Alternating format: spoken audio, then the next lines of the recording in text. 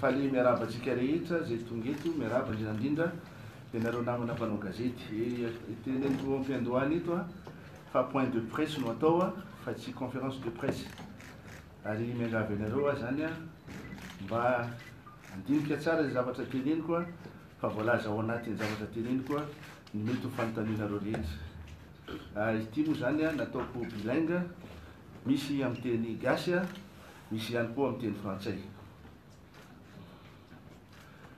Tonga zao ny fotoana zay tsy maintsy anapahako hevitra amin'ny maha olom-pirenena tompona andraikitra, citoyen responsable. Tonga ty ny fotoana zay tsy maintsy anambarako ampahivy maso, anaporofoko fa olom-panjakana ao amin'ny État. Zao ny fotoana mety zay anaporofoko eo mason'ny malagasy rehetra manera Madagasikara sy eo mason'ny zao tontolo zao fa mitazona ny teny zay nomeko ao amin'ny deux paroles. Tsara ngamba no anaovana jeritodika kely ny tantara nahatongavatsika amin'izao sehatra izao. Nisy ny fanapahan-kevitra zay niraisy fitsarana avo momba lalam-panorenana taon'ny fitoriana nataon'ireo solombavambahoaka 7 amby fitopolo avy amin'ny fanorenana izay nangataka ny taky ny fanalana amin'ny toerana ny filoham-pirenena ankehitriny.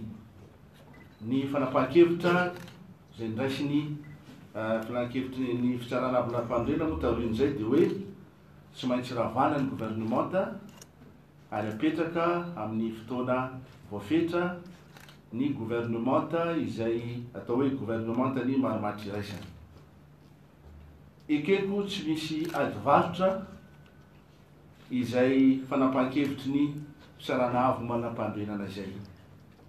Ary tsy te ho vato misakana raha teo ny tenako amin'ny famahana ny olana ankehitriny fa mijoro hatrany mitondra vahaolana, mitondra jarabriko eo amin'ny famahana ny olana eto amin'ny firenena.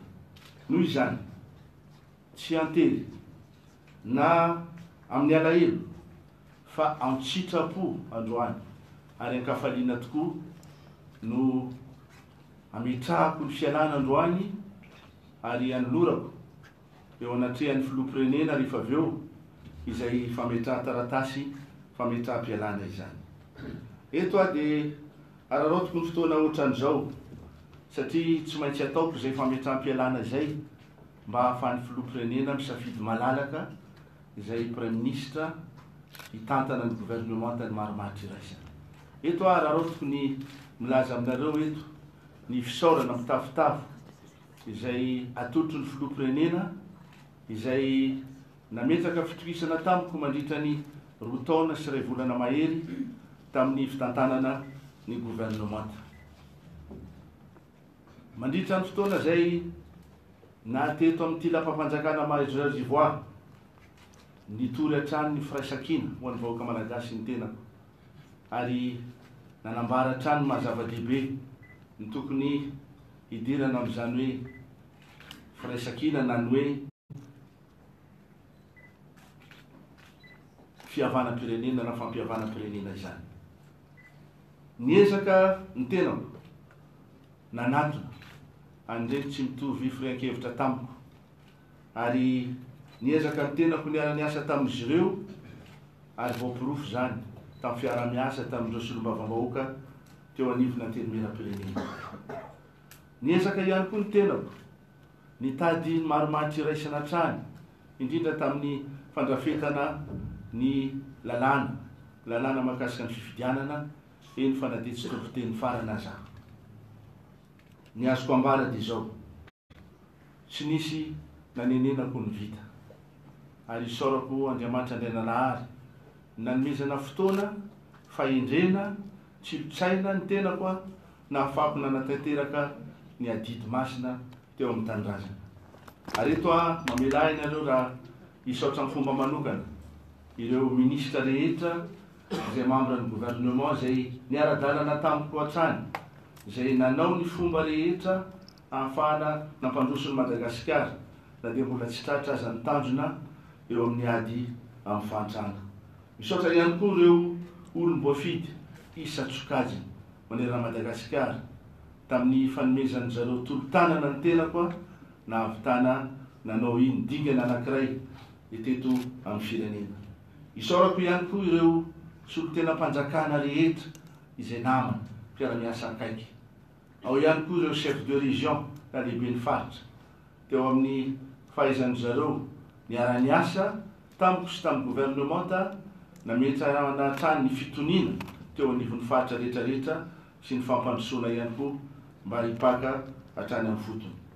Misaotra indrindrandrindra ihany koa ny mpiasa-panjakana ny tenako. Ao anatin'izany ireo syndika maro isan-karazany izay nanandratra avo, izany hoe faneva ny firenena zany, nametraka ho lohalarana foana ny tombontsoa ambony firenena, dia teo aza izay fitakiana maro isan-karazany tsy nampitsanga menatra fa niodina hatrany ny milina nampandeha ny raharaha-panjakana. Ary farany nefa manandanja indrindra dia tiako ny misaotra eto ny vahoaka malagasy rehetra tsy vaky volo, ny vahoaka malagasy izay ny matimatesako hatrany teo amin'ny adidy aman'andraikitra izay niantsoroako, ary tsaroako amin'ny fomba manokana eto ireo izay tena fadiranova izay mbola ao anatin'ny fantrano amin'izao fotoana izao.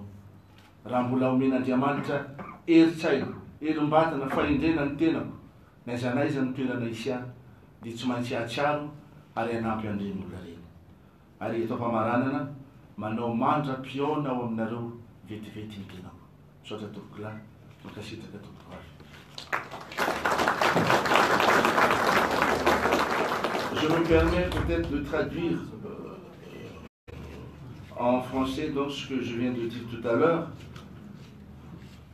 Aujourd'hui, je suis appelé à prendre personnellement une grande décision en tant que citoyen responsable. Il est temps plus que jamais de prouver que je suis un homme d'État. Il est temps de prouver à tous mes compatriotes et aux yeux du monde entier que je suis un homme de parole. À titre de rappel, la Haute Cour constitutionnelle a ordonné la dissolution de mon gouvernement, du gouvernement actuel, et la mise en place d'un autre gouvernement de consensus suite à la requête formulée par les 73 députés de l'opposition revendiquant la destitution du président actuel. J'accepte sans condition l'avis de la Haute Cour constitutionnelle, prouvant ainsi mon sens du patriotisme.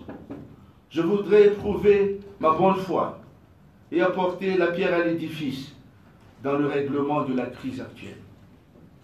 Ainsi, j'accepte volontiers et avec joie de démissionner afin de permettre au président de la République de choisir librement un Premier ministre de consensus. Je suis Premier ministre depuis 2 ans. Je profite de l'occasion pour remercier Son Excellence, Monsieur le Président de la République de Madagascar, de m'avoir accordé sa confiance pendant tout ce temps. Malgré les critiques, mon gouvernement n'a pas démérité, croyez-moi. Et durant mon mandat, j'ai toujours prôné la solidarité et la réconciliation nationale. J'ai toujours privilégié le dialogue avec les membres de l'opposition, surtout à l'Assemblée nationale, tout en jouant le rôle de second couteau. J'ai essayé tant bien que mal de trouver un consensus lors de l'élaboration de ces lois électorales. En tout cas, je n'ai rien à regretter aujourd'hui et je peux partir la tête haute.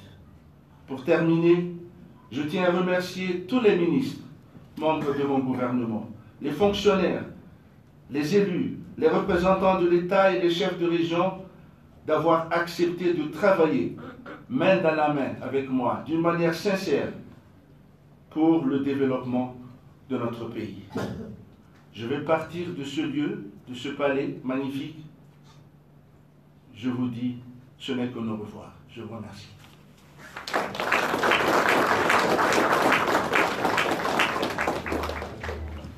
Sotratsika rehetra ary zay moa zany dia raha tianareo moa ny azo midikateny sy indrindrandrindra amin'ny teny frantsay ho zarena amintsika fa veliko indray point de presse izy tsisy ny fanontaniana fa miangavy anareo dia cortiqueo ny zavatra ny teneniko dia ho azonareo zany tiany mpanoratra maro.